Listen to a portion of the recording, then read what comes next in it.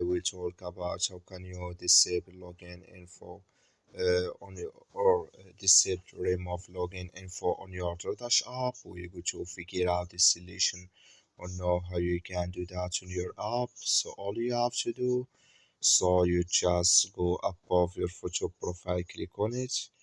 So when you just click on it, it's going to take you to this list. Then you click here on profile. So then it's going to take you to this list here. Just go down here, just click here on save login info here.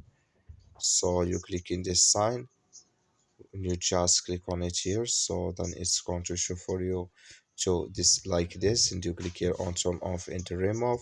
Then it's going to remove video here or disable video here, save login info. Then you click on save, then it's going to add video.